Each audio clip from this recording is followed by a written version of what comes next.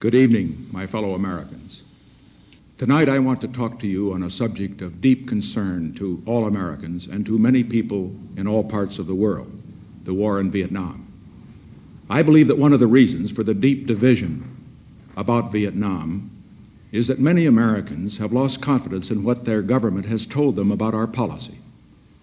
The American people cannot and should not be asked to support a policy which involves the overriding issues of war and peace unless they know the truth about that policy. Tonight, therefore, I would like to answer some of the questions that I know are on the minds of many of you listening to me. How and why did America get involved in Vietnam in the first place? How has this administration changed the policy of the previous administration? What has really happened in the negotiations in Paris and on the battlefront in Vietnam? What choices do we have if we are to end the war? What are the prospects for peace? Now let me begin by describing the situation I found when I was inaugurated on January 20. The war had been going on for 4 years. 31,000 Americans had been killed in action. The training program for the South Vietnamese was beyond schedule. 540,000 Americans were in Vietnam with no plans to reduce the number. No progress had been made at the negotiations in Paris, and the United States had not put forth a comprehensive peace proposal. The war was causing deep division at home and criticism from many of our friends as well as our enemies abroad. In view of these circumstances, there were some who urged that I end the war at once by ordering the immediate withdrawal of all American forces. From a political standpoint, this would have been a popular and easy course to follow. After all, we became involved in the war while my predecessor was in office. I could blame the defeat, which would be the result of my action, on him and come out as the peacemaker. Some put it to me quite bluntly. This was the only way to avoid allowing Johnson's war to become Nixon's war. But I had a greater obligation than to think only of the years of my administration and of the next election. I had to think of the effect of my decision on the next generation and on the future of peace and freedom in America and in the world. Let us all understand that the question before us is not whether some Americans are for peace and some Americans are against peace. The question at issue is not whether Johnson's war becomes Nixon's war. The great question is, how can we win America's peace? Well, let us turn now to the fundamental issue. Why and how did the United States become involved in Vietnam in the first place? 15 years ago, North Vietnam, with the logistical support of Communist China and the Soviet Union, launched a campaign to impose a communist government on South Vietnam by instigating and supporting a revolution.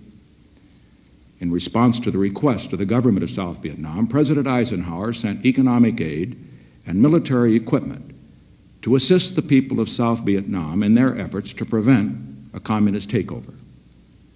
7 years ago, President Kennedy sent 16,000 military personnel to Vietnam as combat advisors. 4 years ago, President Johnson sent American combat forces to South Vietnam.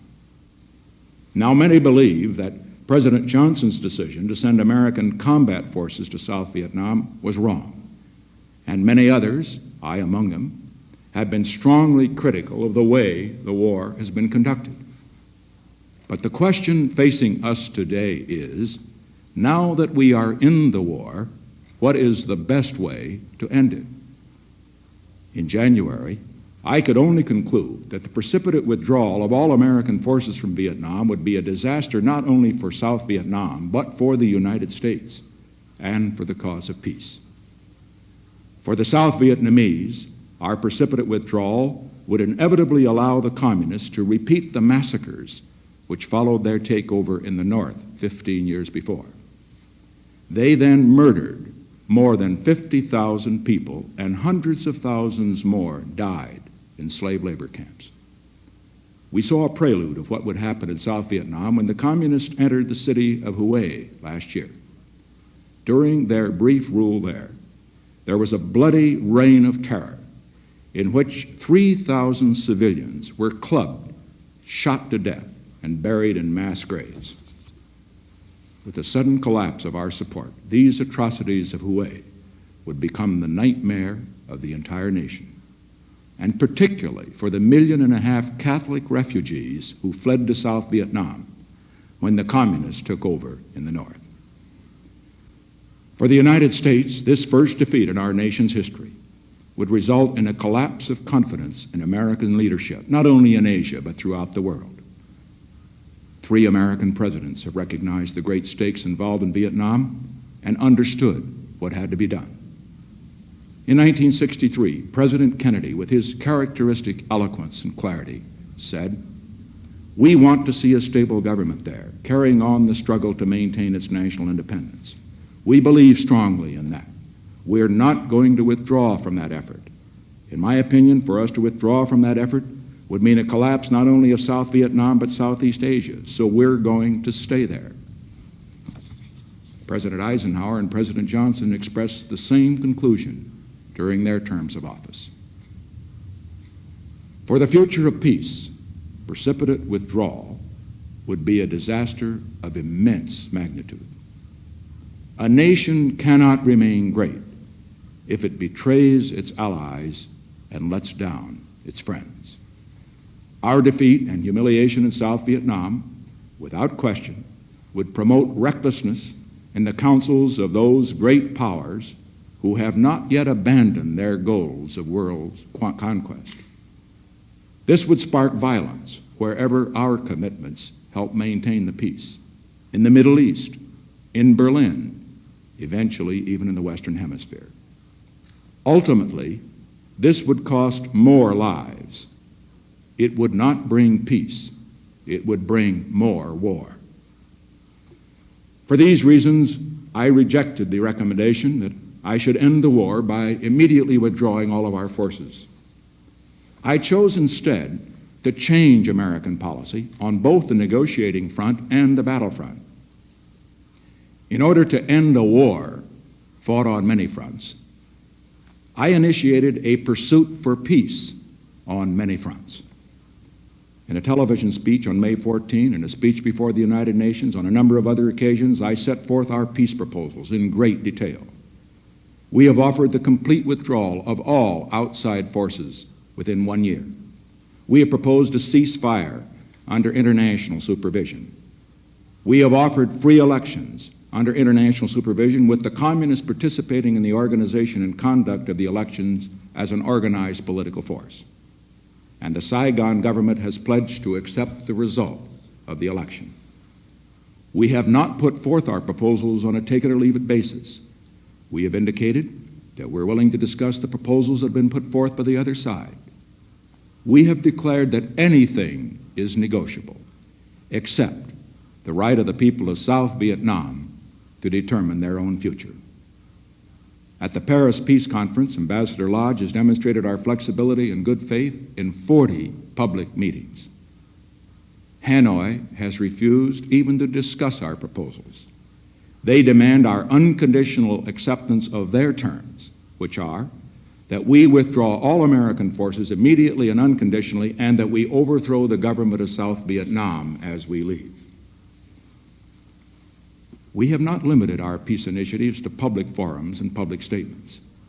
I recognized in January that a long and bitter war like this usually cannot be settled in a public forum. That is why, in addition to the public statements and negotiations, I have explored every possible private avenue that might lead to a settlement. Tonight, I am taking the unprecedented step of disclosing to you some of our other initiatives for peace, initiatives we undertook privately and secretly because we thought we thereby might open a door which publicly would be closed. I did not wait for my inauguration to begin my quest for peace. Soon after my election, through an individual who is directly in contact on a personal basis with the leaders of North Vietnam, I made 2 private offers for a rapid, comprehensive settlement. Hanoi's replies called in effect for our surrender before negotiations. Since the Soviet Union furnishes most of the military equipment for North Vietnam, Secretary of State Rogers, my Assistant for National Security Affairs, Dr. Kissinger, Ambassador Lodge, and I personally have met on a number of occasions with representatives of the Soviet government to enlist their assistance in getting meaningful negotiations started.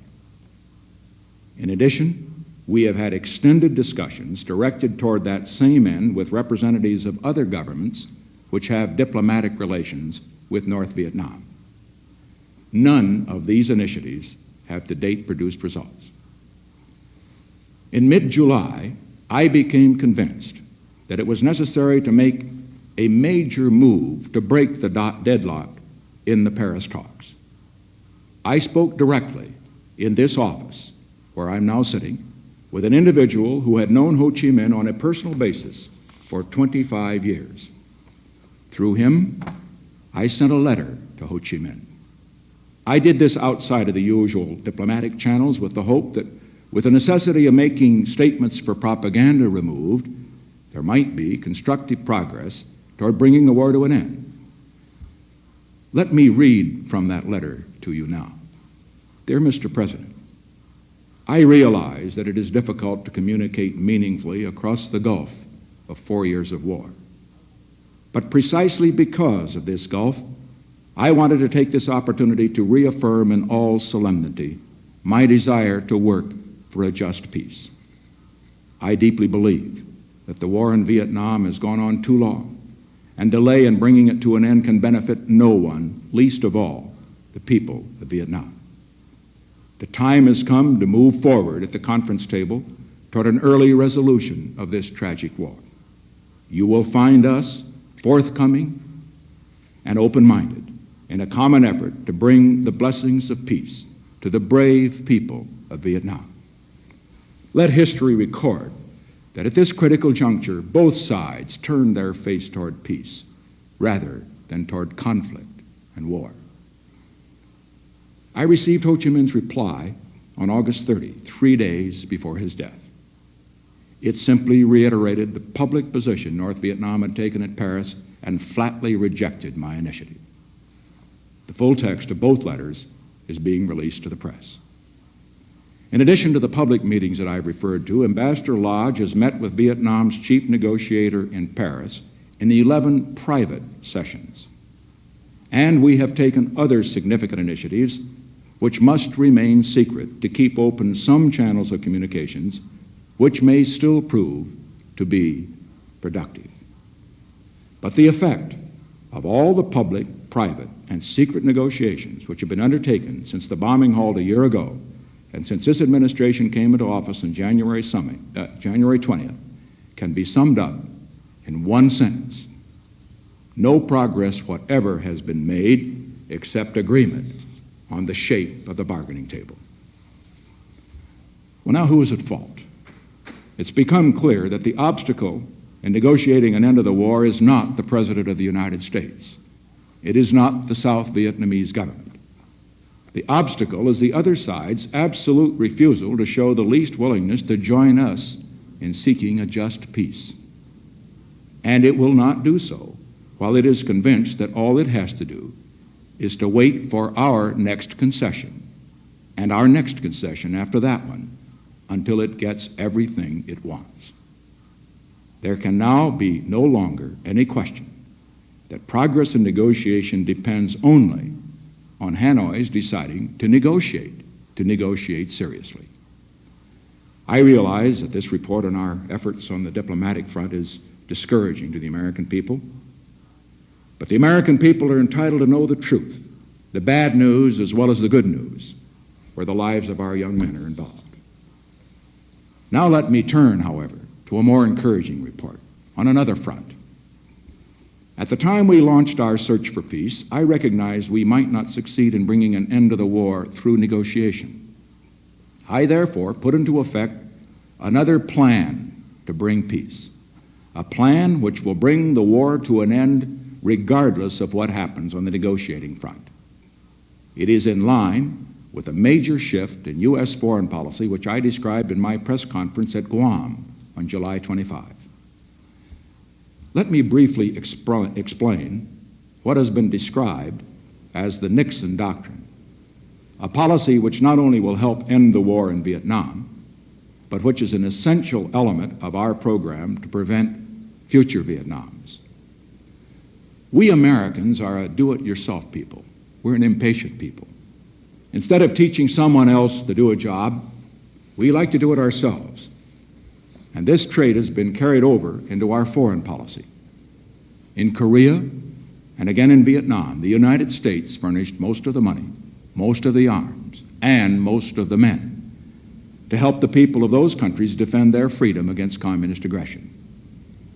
Before any American troops were committed to Vietnam, a leader of another Asian country expressed this opinion to me when I was traveling in Asia as a private citizen. He said, "When you are trying to assist another nation defend its freedom, U.S. policy should be to help them fight the war, but not to fight the war for them."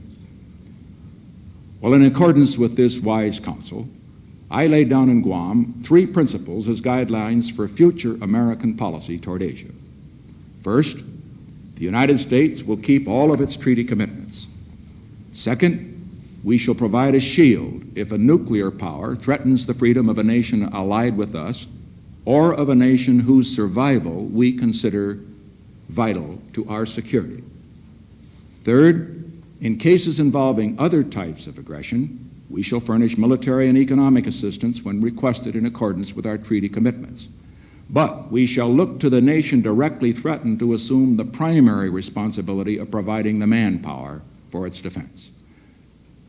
After I announced this policy, I found that the leaders of the Philippines, Thailand, Vietnam, South Korea, other nations which might be threatened by communist aggression welcomed this new direction in American foreign policy. The defense of freedom is everybody's business, not just America's business. And it is particularly the responsibility of the people whose freedom is threatened. In the previous administration, we Americanized the war in Vietnam. In this administration, we are Vietnamizing the search for peace. The policy of the previous administration not only resulted in our assuming the primary responsibility for fighting the war, but even more significant, did not adequately stress the goal of strengthening the South Vietnamese so that they could defend themselves when we left. The Vietnamization plan was launched following Secretary Laird's visit to Vietnam in March. Under the plan, I ordered first a substantial increase in the training and equipment of South Vietnamese forces. In July, on my visit to Vietnam, I changed General Abrams' orders so that they were consistent with the objectives of our new policies. Under the new orders, the primary mission of our troops is to enable the South Vietnamese forces to assume the full responsibility for the security of South Vietnam. Our air operations have been reduced by over 20%. And now we have begun to see the results of this long overdue change in American policy in Vietnam. After 5 years of Americans going into Vietnam, we are finally bringing American men home. By December 15, over 60,000 men will have been withdrawn from South Vietnam, including 20% of all of our combat forces. The South Vietnamese have continued to gain in strength. As a result, they've been able to take over combat responsibilities from our American troops. 2 other significant developments have occurred since this administration took office. Enemy infiltration which is essential if they are to launch a major attack, over the last 3 months is less than 20% of what it was over the same period last year. And most important, United States casualties have declined during the last 2 months to the lowest point in 3 years. Let me now turn to our program for the future. We have adopted a plan which we have worked out in cooperation with the South Vietnamese for the complete withdrawal of all U.S. combat ground forces and their replacement by South Vietnamese forces on an orderly, scheduled timetable. This withdrawal will be made from strength and not from weakness. As South Vietnamese forces become stronger, the rate of American withdrawal can become greater. I have not and do not intend to announce the timetable for our program, and there are obvious reasons for this decision which I am sure you will understand. As I've indicated on several occasions, the rate of withdrawal will depend on developments on three fronts. One of these is the progress which can be or might be made in the Paris talks. An announcement of a fixed timetable for our withdrawal would completely remove any incentive for the enemy to negotiate an agreement. They would simply wait until our forces had withdrawn and then move in. The other two factors in which we will base our withdrawal decisions are the level of enemy activity and the progress of the training programs of the South Vietnamese forces. And I'm glad to be able to report tonight progress on both of these fronts has been greater than we anticipated when we started the program in June for withdrawal. As a result, our timetable for withdrawal is more optimistic now than when we made our first estimates in June. Now, this clearly demonstrates why it is not wise to be frozen in on a fixed timetable. We must retain the flexibility to base each withdrawal decision on the situation as it is at that time, rather than on estimates that are no longer valid. Along with this optimistic estimate, I must in all candor leave one note of caution. If the level of enemy activity significantly increases, we might have to adjust our timetable accordingly. However, I want the record to be completely clear on one point. At the time of the bombing halt just a year ago, there was some confusion as to whether there was an understanding on the part of the enemy that if we stopped the bombing of North Vietnam, they would stop the shelling of cities in South Vietnam. I want to be sure that there is no misunderstanding on the part of the enemy with regard to our withdrawal program. We have noted the reduced level of infiltration, the reduction of our casualties, and are basing our withdrawal decisions partially on those factors. If the level of infiltration or our casualties increase while we are trying to scale down the fighting, it will be the result of a conscious decision by the enemy. Hanoi could make no greater mistake than to assume that an increase in violence will be to its advantage. If I conclude that increased enemy action jeopardizes our remaining forces in Vietnam, I shall not hesitate to take strong and effective measures to deal with that situation. This is not a threat. This is a statement of policy, which as Commander-in-Chief of our armed forces, I am making in meeting my responsibility for the protection of American fighting men, wherever they may be. My fellow Americans, I am sure you can recognize from what I have said that we really only have two choices open to us if we want to end this war. I can order an immediate precipitate withdrawal of all Americans from Vietnam without regard to the effects of that action. Or we can persist in our search for a just peace through a negotiated settlement if possible, or through continued implementation of our plan for Vietnamization if necessary. A plan in which we will withdraw all of our forces from Vietnam on a schedule in accordance with our program as the South Vietnamese become strong enough to defend their own freedom. I have chosen this second course. It is not the easy way. It is the right way. It is a plan which will end the war and serve the cause of peace, not just in Vietnam, but in the Pacific and in the world. In speaking of the consequences of a precipitate withdrawal, I mentioned that our allies would lose confidence in America. Far more dangerous, we would lose confidence in ourselves. Oh, the immediate reaction would be a sense of relief that our men were coming home. But as we saw the consequences of what we had done, inevitable remorse and divisive recrimination would scar our spirit as a people. We have faced other crises in our history, and we have become stronger by rejecting the easy way out and taking the right way in meeting our challenges. Our greatness as a nation has been our capacity to do what has to be done when we knew our course was right. I recognize that some of my fellow citizens disagree with the plan for peace I've chosen. Honest and patriotic Americans have reached different conclusions as to how peace should be achieved. In San Francisco, a few weeks ago, I saw demonstrators carrying signs reading, "Lose in Vietnam, bring the boys home." Well, one of the strengths of our free society is that any American has a right to reach that conclusion and to advocate that point of view. But as President of the United States, I would be untrue to my oath of office if I allowed the policy of this nation to be dictated by the minority who hold that point of view and who try to impose it on the nation by mounting demonstrations in the street. For almost 200 years, the policy of this nation has been made under our Constitution by those leaders in the Congress and the White House elected by all the people. If a vocal minority, however fervent its cause, prevails over reason and the will of the majority, this nation has no future as a free society. And now, I would like to address a word, if I may, to the young people of this nation who are particularly concerned, and I understand why they are concerned about this war. I respect your idealism. I share your concern for peace. I want peace as much as you do. There are powerful personal reasons I want to end this war.